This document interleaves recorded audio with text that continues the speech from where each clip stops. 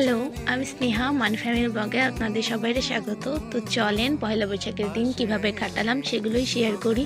আর কার কেমন দিন গেল তো সবাই কমেন্ট করে বলবেন। তো সকালবেলা উঠে ছাদের উপরে গেছিলাম, আকাশটা খুব সুন্দর হয়েছিল, তেমন রোদ ছিল না, একটু মেঘলা মেঘলা টাইপের। তো ভাবলাম যে শাড়ি পরা যাক। আমার আর হাসির প্ল্যান ছিল যে আমরা একটু শাড়ি পরে ঘুরবো, সেভাবে প্ল্যান ছিল না, হুট করেই প্ল্যান হয়েছে। তো আমি শাড়ি পরেছি, ও পরেনি।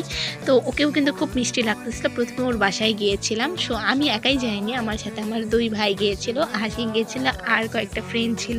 তো তারপরে আমরা উপজেলা পরিষদে চলে গেছিলাম, সেখানে যেয়ে কিছুক্ষণ বসেছিলাম, 1-2টা গান শুনে নাচ দেখে তারপরে আমরা আবার ব্যাক করছিলাম যেখানে মেলা হচ্ছিল সেখানে।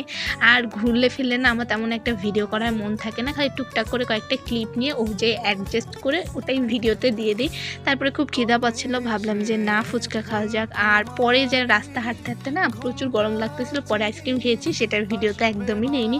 তারপরে মানে যেখানে উপজেলা পরিষদের পাশে ফরেস্ট ছিল, তো সেখানে যাই একটু একটা ভিডিও করে দিচ্ছিলাম, তো খুব ভালো লাগতেছিল। আর ভিডিও করতে এত আমার অল টাইম ভালো লাগে। তোমাদের নববর্ষ কেমন কাটলো তো অবশ্যই কমেন্ট করে বলিও। বড়দের প্রণাম, ছোটদের খুব খুব খুব ভালোবাসা। তো আজকের মতো ভিডিও এই পর্যন্তই, টাটা।